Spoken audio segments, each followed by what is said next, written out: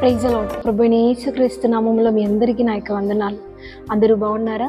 ప్రతిదినం దేవుని యొక్క వాగ్దానాన్ని మరి ఎంతగానో వాగ్దానం ద్వారా బలపడుతున్నారని ఆశిస్తున్నాను. మరి ఈ ఉదయకాల సమయంలో దేవుని యొక్క వాగ్దానాన్ని చదువుకుందాము. యెషయా గ్రంథము 49వ అధ్యాయము 23వ వచనము. నేను యెహోవాననియో, నా కొరకు కనిపెట్టుకున్న వారు అవమానము నొందరనియో నీవు తెలుసుకుందువు. ఆమేన్. చాలా చక్కటి వాగ్దానాన్ని దేవుడు ఈరోజు మనకు అందించి ఉన్నాడు.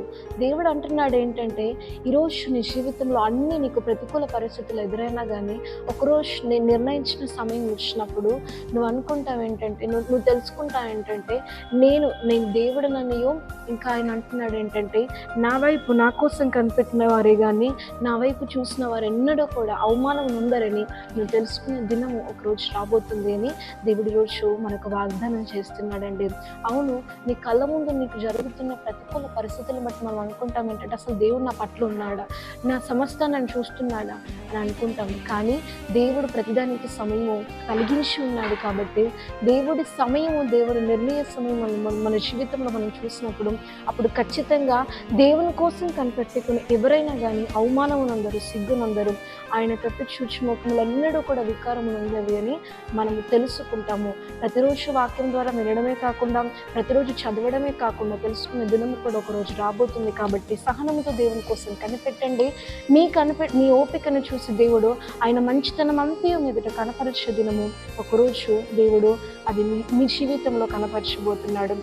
అట్టి కార్యాలు దేవుడు మీ జీవితంలో అందించి, దేవుని కార్యాలు మీ జీవితంలో ప్రత్యక్షపరిచి దేవుడు మిమ్మల్ని బలపరచును గాక. ఆమేన్. ప్రార్థన చేసుకుందాం.